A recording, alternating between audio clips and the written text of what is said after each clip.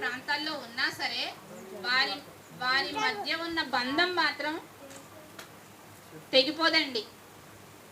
వారిద్దరూ విడిపోయారు, మధ్య గొడవలు జరగకుండా విడిపోయారు, కానీ వారి మధ్య ఉన్న బంధం మాత్రం తెగిపోదు. అది నేను ఎలా చెప్పగలను అంటే 14వ అధ్యాయం చూద్దాం. షీనారు రాజైన అమ్రాపేలు, ఎల్లాసరు రాజైన అర్యోకు, ఏలాము రాజైన కదొర్లాయోమెరు, గోయీల రాజైన తిదాలు అనువారి దినములలో వారు, ఇక్కడ 4 రాజులండి ఫస్ట్ వచనంలో, వారు సొదొమ రాజైన బెరాతోను, గొమొర్రా రాజైన బిర్షాముతోను, అద్మా రాజైన షీనాబుతోను, సెబోయిల రాజైన షేమెబెరుతోను, సోయరు బెలరాజుతోను యుద్ధము చేసిరి. ఫస్ట్ వచనంలో 4 రాజులు ఉంటే రెండవ వచనంలో 5 రాజులు ఉన్నారండి. వారికి వీరికి మధ్య యుద్ధం జరిగిందండి. ఆ రాజులకి ఈ రాజులకి మధ్యలో యుద్ధం జరిగిందండి. వీరందరూ, 3వ వచనం, వీరందరూ ఉప్పు సముద్రమైన సిద్దీము లోయలో ఏకముగా కూడి 12 సంవత్సరములు కదొర్లాయోమెరుకు లోబడి 13వ సంవత్సరమున తిరుగుబాటు చేసిరి. 12 సంవత్సరాలు రాజుకు లోబడ్డారండి. 13వ సంవత్సరం ఏం చేశారంటే తిరుగుబాటు చేశారంట. మనకి ఈ రాజుల పేర్లు మనకు అవసరం లేదు, వాళ్ళ వల్ల మనకు ఉపయోగము లేదు, కాకపోతే ఆ సందర్భం మనకు తెలియడం కోసం రాయించడం అనేది జరిగిందండి. తిరుగుబాటు చేసిరి. 14వ సంవత్సరమున కదొర్లాయోమెరును అతనితో కూడానున్న రాజులను వచ్చి అష్టారోతు కర్నాయిములో రెఫాయియులను, హాములో జూజీయులను, షావే కిర్యతాయిము మైదానములో ఏమీయులను కొట్టిరి. మరియు హోరీయులను అరణ్యము దగ్గరున్న ఎల్పారాను వరకు తరిమి షేయీరు తరువాత షేయీరు పర్వత ప్రదేశంలో వారిని కొట్టిన తరువాత తిరిగి కాదేశను ఏన్మిష్పతుకు వచ్చి అమాలేకీయుల దేశమంతటిని, హససోన్ తామారులో కాపురమున్న అమారేయులను కూడా కొట్టిరి.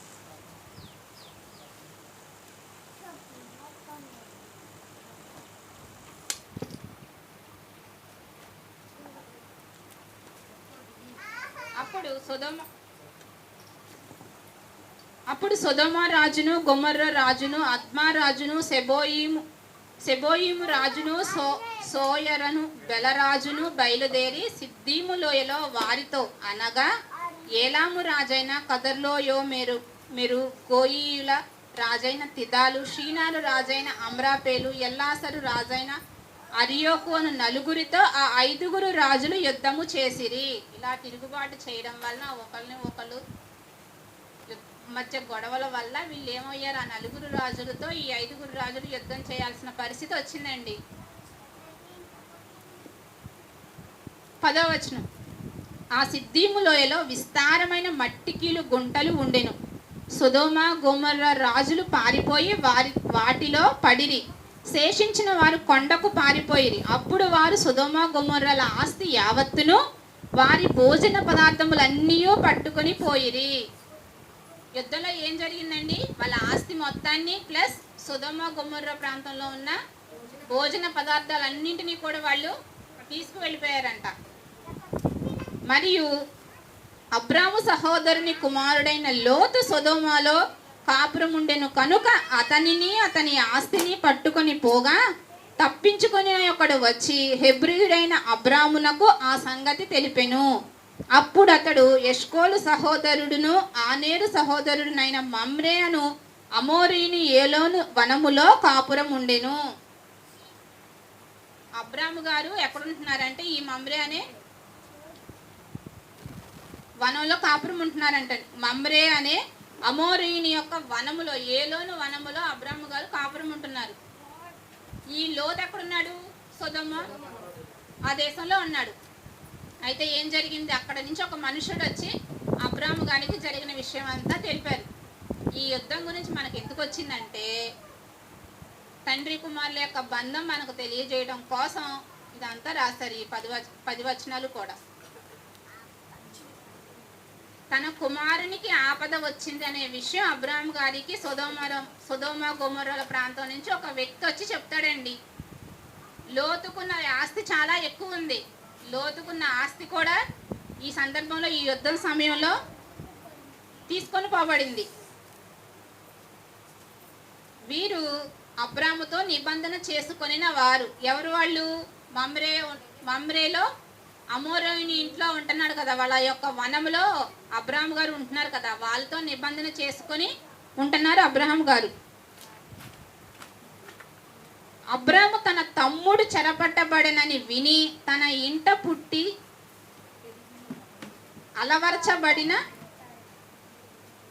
318 మంది 15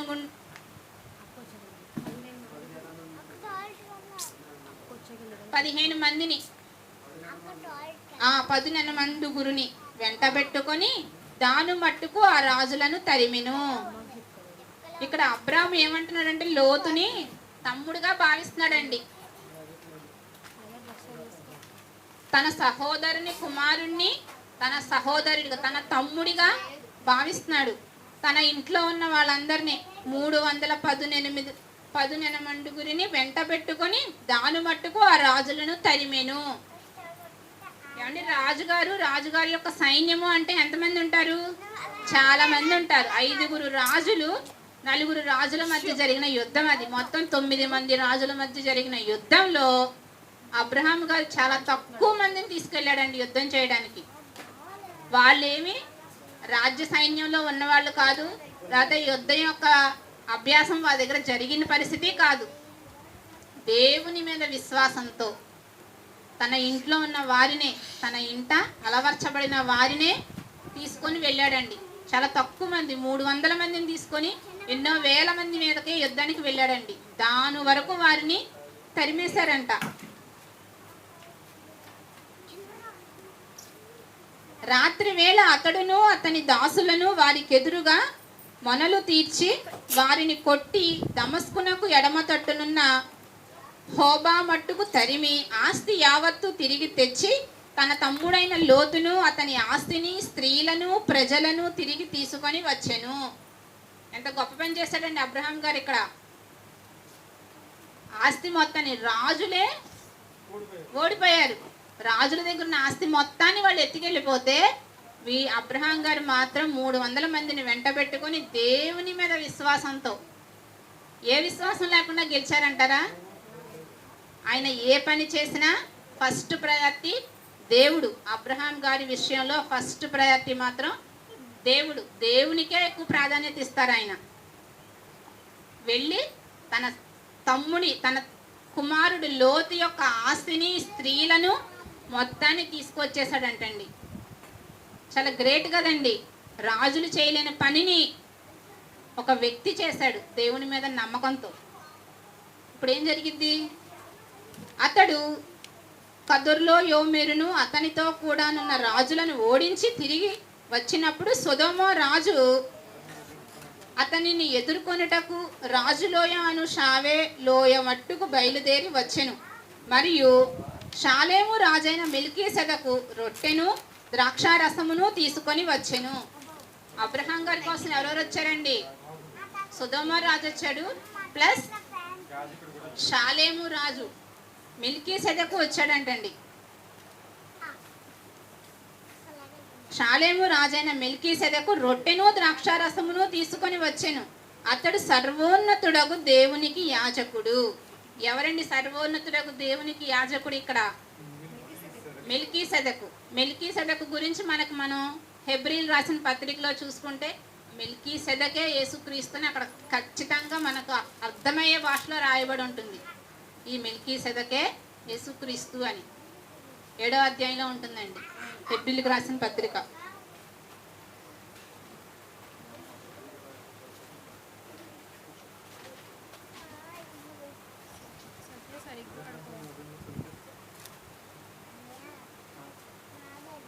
అతడు సర్వోన్నతుడగు దేవునికి యాజకుడు. మెల్కీసెదెకు అనే అతను దేవుని యొక్క యాజకుడు అంటండి. అప్పుడు అతడు అబ్రామును ఆశీర్వదించి, ఈ మెల్కీసెదెకు అబ్రామును ఆశీర్వదిస్తున్నాడంట. ఆకాశమునకు భూమికిని సృష్టికర్తయును సర్వోన్నతుడునైన దేవుని వలన అబ్రాము ఆశీర్వదింపబడును గాక అనెను. ఎవరి వలన అబ్రహాము ఆశీర్వదింపబడ్డాడు? దేవుని వలన. సృష్టికర్త అయిన సర్వోన్నతుడైన దేవుని వలన స్తుతింపబడును కాక, దేవుని వలన ఆశీర్వదింపబడ్డాడు అని చెప్పి, నీ శత్రువులను నీ చేతికి అప్పగించిన సర్వోన్నతుడగు దేవుడు స్తుతింపబడును గాక అనియు చెప్పెను. అప్పుడు అతడు అన్నింటిలో ఇతనికి 10వ వంతు ఇచ్చెను. ఆ యాజకుడు అబ్రాహామును ఆశీర్వదిస్తే అబ్రాహాము ఏం చేశాడంటే అన్నింటిలో 10వ వంతు ఇచ్చాడంటండి. అన్నింటిలో 10వ వంతు యాజకునికి ఇచ్చాడు అబ్రాహాము గారు. అన్నింటిలో 10వ వంతు దేవునికి 10వ వంతు, దేవుని యొక్క యాజకునికి ఈయన 10వ వంతు ఇచ్చాడు. ఎవరు? అబ్రాహాము గారు. సొదొమ రాజు మనుషులను నాకిచ్చి ఆస్తిని నీవే తీసుకొనమని అబ్రాముతో చెప్పగా, అయితే ఈ సొదొమ రాజు కూడా ఒక మాట చెప్పాడంట, అక్కడి నుంచి ఆస్తిని తీసుకొచ్చావు, మనుషుల్ని తీసుకొచ్చావు, కాబట్టి మనుషుల్ని నాకు ఇచ్చేసేయి, ఆస్తి మాత్రం నువ్వే ఉంచుకో అని చెప్పాడు. ఎవరికి? అబ్రాహం గారికి. అతను చేసిన పనికి ఈయన గిఫ్ట్ ఇస్తున్నారు. సొదొమ రాజు ఆయన చేయలేని పని ఒక వ్యక్తి చేశాడు అని చెప్పి తిరిగి ఆయనకే తిరిగి ఇవ్వాలనుకున్నాడు. ఆయన తెచ్చిన ఆస్తి మొత్తాన్ని ఆయనకే ఇవ్వాలనుకున్నారు. అబ్రాము అప్పుడు ఆయన ఆ మాట అన్నప్పుడు అబ్రాము, నేనే అబ్రామును ధనవంతుడినిగా చేసి తినని నీవు చెప్పకుండునట్లు ఒక నూలు పోగైనను చెప్పుల వారైనను నీ వాటిలో ఏదైనాను తీసుకొనని ఆకాశమునకును భూమికిని సృష్టికర్తయును సర్వోన్నతుడును దేవుడనై నా యెహోవా ఎదుట నా చెయ్యెత్తి ప్రమాణము చేయుచున్నాను. ఒక నూలు పోగు కూడా తీసుకొని అంటున్నాడంటండి.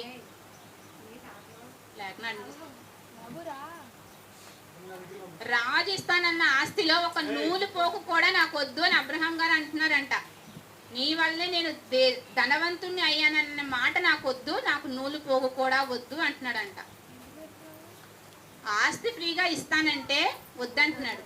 కానీ ఒక యాజకుడు వస్తే 10వ వంతు ఇచ్చేశాడు. తన దగ్గరున్నది ఇచ్చాడు ఆయనకి.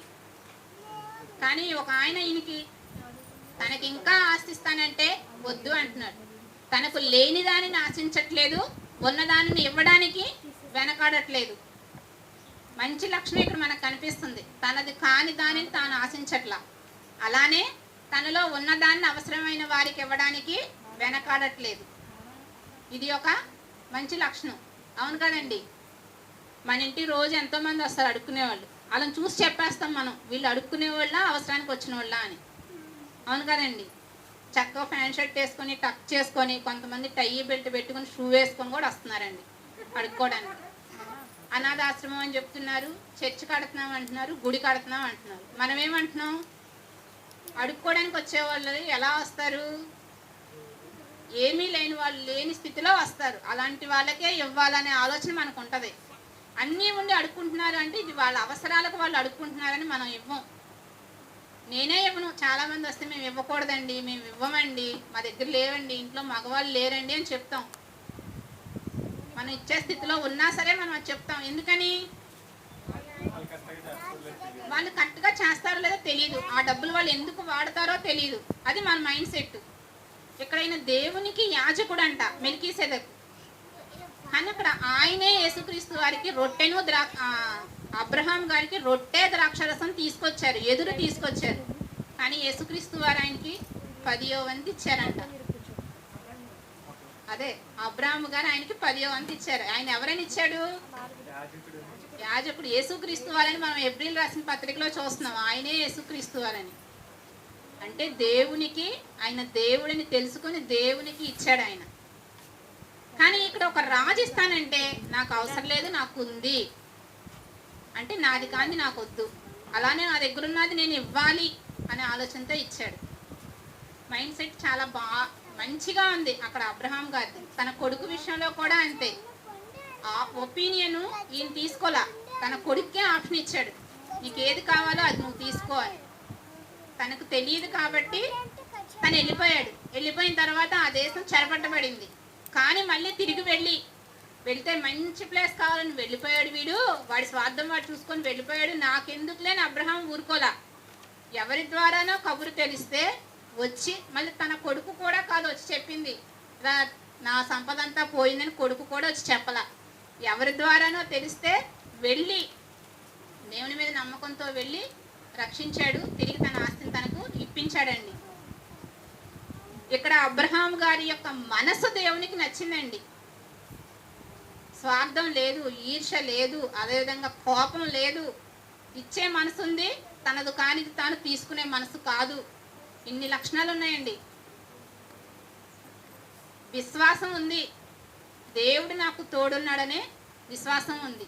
ఈ లక్షణంతో అక్కడ దేవుడి దగ్గర అబ్రహాము హైలైట్ అయ్యాడండి. అబ్రహాం మనకి ఫస్టే దేవుడు అబ్రహామును పిలిచినప్పుడే అబ్రహాము విశ్వాసులకు తండ్రిగా ఉన్నాడా? లేడు కదండి.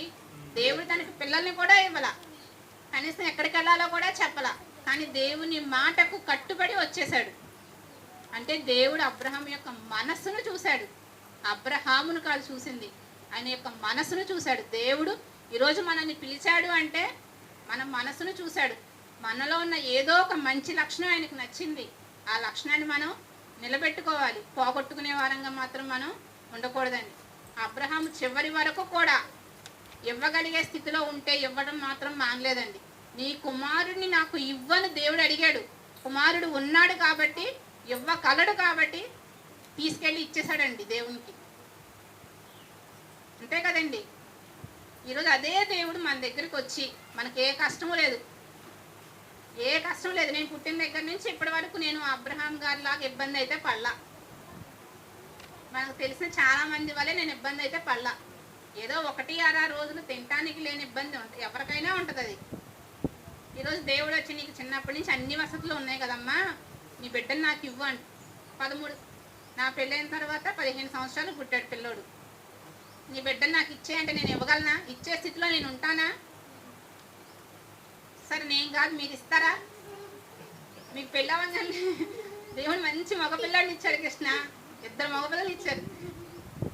దేవుడు వచ్చి, కృష్ణ నీ సాత్విక్ బాగా చెప్తున్నాడు, సాత్విక్ కన్నా అశ్విన్ బాగా చెప్తున్నాడు నా గురించి మాటలో, నీ బిడ్డను నాకు ఇచ్చేయ్యా అంటే నువ్వు ఇస్తావా? ఆలోచిస్తాం. కానీ అబ్రాహాం భార్యకు కూడా చెప్పకుండా తన బిడ్డను దేవునికి బలి ఇవ్వడానికి వెళ్ళిపోయాడండి. దేవుడు ఎప్పుడు చూశాడు ఆ మనసును? స్టార్టింగ్లో చూశాడు. 70 సంవత్సరాల వయసులో వచ్చాడు, 100 ఏళ్ల వయసులో బిడ్డ పుట్టాడు. కాబట్టి దేవుడు మనలో ఉన్న మనసును చూస్తాడు. మన మనసు దేవునికి దగ్గరగా మనం ఉంచుకోవాలండి.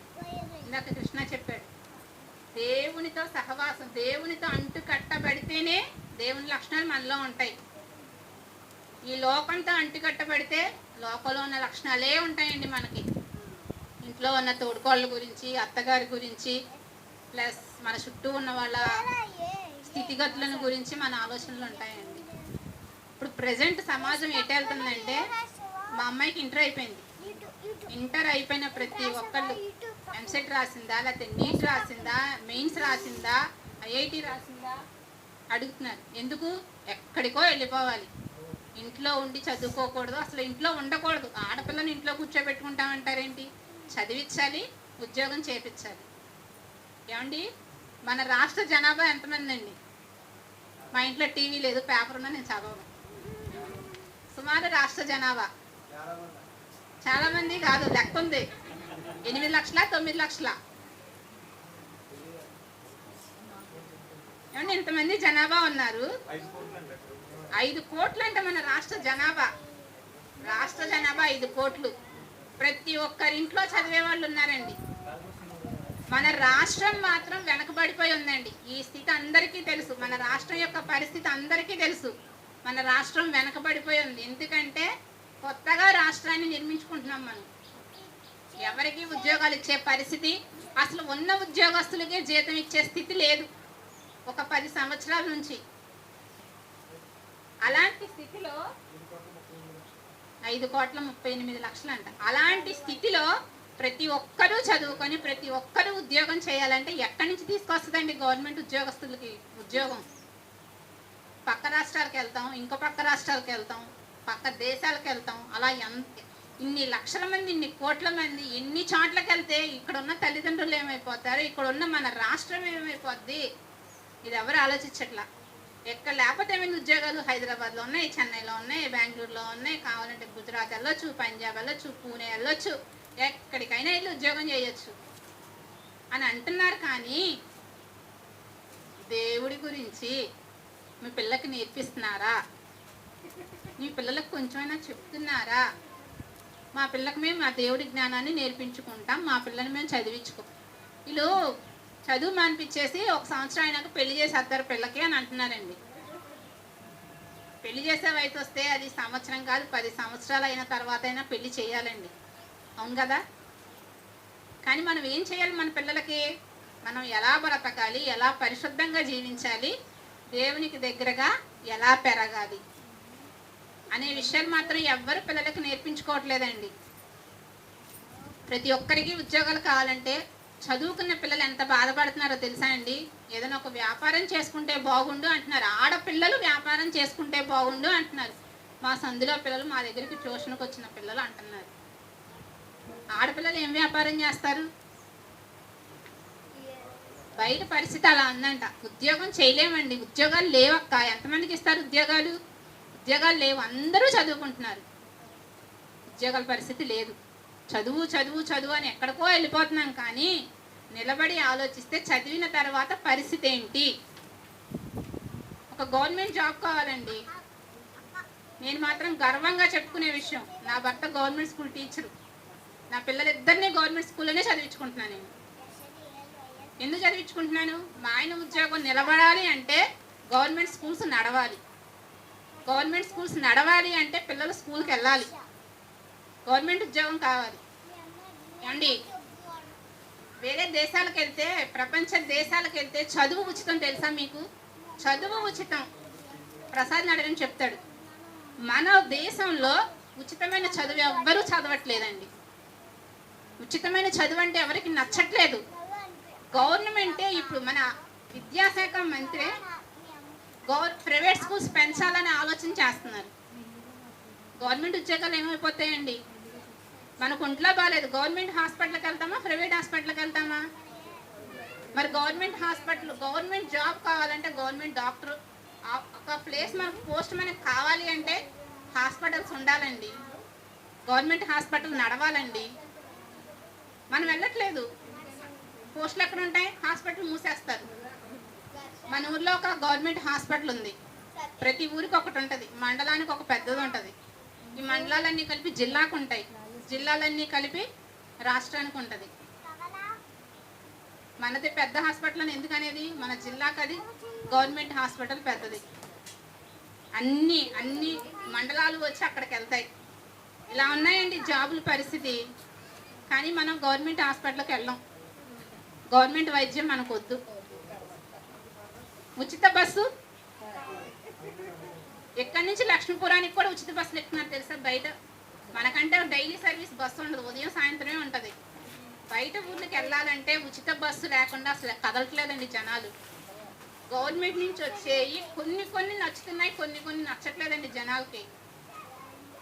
20 సంవత్సరాల తర్వాత మన పిల్లల భవిష్యత్తు ఏంటని మనం ఈరోజు నిలబడి ఆలోచిస్తేనే మన ఫ్యూచర్ బాగుంటుందండి. ఒంగూరు మాలపిల్ల స్కూల్ క్లోజ్ చేసే పరిస్థితి అండి. ఇద్దరు పిల్లలు ఒంగూరు మాలపిల్ల నుంచి ఆ స్కూల్కి వెళ్తున్నారు. 1వ తరగతి 2వ తరగతి అందులో చెప్పేది పిల్లలకి. అక్కడి నుంచి ఇక్కడ ఒంగూరు స్కూల్కి రావాలి, హై స్కూల్కి. టీచర్ గారు ఒకటే మాట అడిగారు, అంగన్వాడీలో ఉన్న పిల్లలు నా స్కూల్కి వస్తే నా పోస్ట్ ఇక్కడ నిలబడిద్ది, లేకపోతే ఇది క్లోజ్ చేసేస్తారు అని అన్నారు ఆ టీచర్ గారు. ఈ సంవత్సరం పిల్లలు వెళ్ళలేదనుకోండి, ఆ స్కూల్ మూతపడిపోద్ది, ఉద్యోగ సంఖ్య తగ్గిపోతుందిగా. ఇది ఆలోచించట్లేదండి ఎవరు. ఎక్కడికో వెళ్ళిపోవాలి, ఏదో చేసేసేయాలని అనుకుంటున్నారు. విఆర్ఓ అంతే, ఎంఆర్ఓ అంతే, ప్రతిదీ కూడా అంతేనండి. గవర్నమెంట్ ఉద్యోగాలు కావాలి అంటే మనం దానికి తగ్గట్టుగా మనం ఉండాలి. నేను నాకు చుట్టూ ఉన్న నా మైండ్ సెట్లో ఉన్నాయి 2 మీకు చెప్పా ఉదాహరణగా. ఇలా ఆలోచించుకుంటే మనకు చాలా ఉంటాయండి. కాబట్టి మనం గవర్నమెంట్ని వాడుకోవాలి, గవర్నమెంట్కి మనం ఉపయోగపడాలి. ఒంగూరు స్కూల్లో మార్కులు ఎంతో తెలుసా అండి? హైయెస్ట్ తెలీదు. పోనీ మీ పిల్లోడు వెళ్ళే స్కూల్లో హైయెస్ట్ ఎంతో తెలుసా? మీ పిల్లోడు కానీ మీ పిల్ల కానీ వెళ్ళే స్కూల్లో 10th హైయెస్ట్ ఎంతో తెలుసా? పోనీ స్టేట్ ఫస్ట్ ఎంతో తెలుసా? 598. మా పెద్దనాన్న గారు అమ్మాయి, మా చెల్లి వాళ్ళ పిల్లవాడికి చైతన్య టెక్నో స్కూల్లో 597 మార్కులు వచ్చాయి. ఆ ఒక్క మార్కుకు ఆ పిల్లోడు విలవిల్లాడిపోతున్నాడు. స్టేట్ ఫస్ట్కి ఒక్క మార్కు తగ్గిందని. ఆ స్కూల్లో మళ్ళీ ఆడే ఫస్ట్, చైతన్య టెక్నో విజయవాడ. మన ఒంగూరు స్కూల్లో కూడా 570 పైనే వచ్చాయి. పోనీ 550 పైనే వచ్చాయి. వాళ్ళు 5ంటికి లేచి వెళ్తారు స్కూల్కి, రేత్రి 9ంటికి ఇంటికి వస్తారు. ఒంగూరు స్కూల్లో 8ంటి కాడ నుంచి సాయంత్రం 5:30 వరకే. పిల్లలకి స్నాక్స్, మధ్యాహ్నం భోజనం, ఆడతా పాడతా చదువుకొని పిల్లలు మంచి మార్కులు తెచ్చుకుంటున్నారండి. ఒంగూరు స్కూల్కి పిల్లల్ని పంపించాం మనం. నేను ఎవరిని ఉద్దేశించి అనట్లేదు. నా యొక్క కడుపులో ఉన్న బాధ నేను వెళ్ళగక్కుంటున్నాను. అదండి, మనకు ఉద్యోగాలు కావాలి. మన పిల్లలు చదివితే వాళ్ళు ఒక పొజిషన్కి వెళ్ళాలి. పొజిషన్కి వెళ్ళాలంటే పరిస్థితి ఇది అని మీరు చెప్తున్నా. ఉద్యోగాలను మనమే కల్పించాలి. అర్థమైందండి? చంద్రబాబు నాయుడు ఫ్యాక్టరీకి కడితే జాబ్స్ వస్తాయంట. కట్టాలి, 10 సంవత్సరాలు పట్టిద్ది.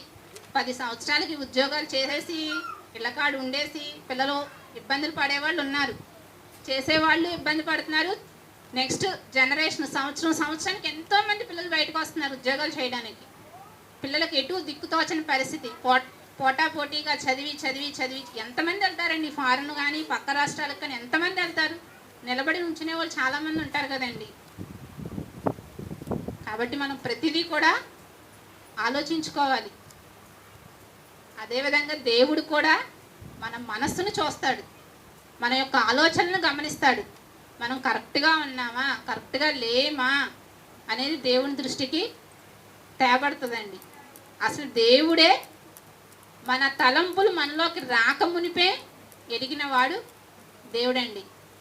కాబట్టి మనల్ని మనం సరిచేసుకుంటూ దేవునికి దగ్గరగా ఉండాలండి. అన్ని వచనాలు అయిపోయినాయండి.